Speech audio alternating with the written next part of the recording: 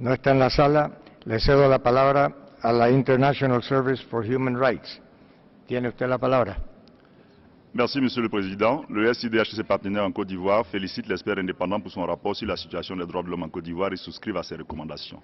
Le rapport fait ressortir les progrès accomplis par la Côte d'Ivoire dans le domaine de la promotion et de la protection des droits de l'homme, entre autres la création de 2 ministères, dont l'un relatif aux droits de l'homme et l'autre relatif à l'indemnisation des victimes. Le rapport note aussi des défis que le pays doit relever en matière de droits de l'homme en prélude au départ de l'ONUCI, entre autres le renforcement des institutions de promotion et de protection des droits de l'homme, le renforcement de la justice afin d'assurer des procès libres, équitables et la lutte contre l'impunité sans restriction en Côte d'Ivoire. Le SIDH appelle le Conseil, dans le cadre du renouvellement du mandat de l'expert indépendant, à faire en sorte que la résolution contienne des objectifs clairs et spécifiques à atteindre par l'expert indépendant durant la période que couvrira son mandat.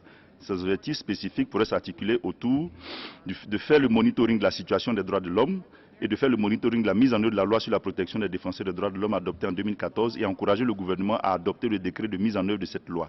De continuer de conseiller le gouvernement sur les mesures à prendre pour renforcer l'indépendance de la Commission nationale des droits de l'homme, de soutenir les efforts du gouvernement dans le domaine de la justice transitionnelle, notamment en mettant l'accent sur les poursuites à l'encontre de tous les principaux responsables des violations des droits de l'homme pendant les crises politiques et souligner la nécessité de la publication du rapport de la CDVR. De conseiller le gouvernement sur les mesures à prendre pour renforcer la promotion et la protection des droits de l'homme de la nouvelle constitution qui sera issue du référendum. À cet effet, le processus de révision de la constitution devra être le plus inclusif à travers des consultations les plus larges possibles, notamment avec la société civile qui devra être un acteur de premier plan. D'inciter le gouvernement ivoirien à prendre davantage de mesures en vue de l'amélioration des conditions de détention et de la réduction des délais de détention avant procès. En définitive, 2 questions à M. Hayat. M. Hayat, à votre avis, comment le processus de révision constitutionnelle en cours peut-il permettre de renforcer la démocratie, l'état de droit et les droits de l'homme en Côte d'Ivoire?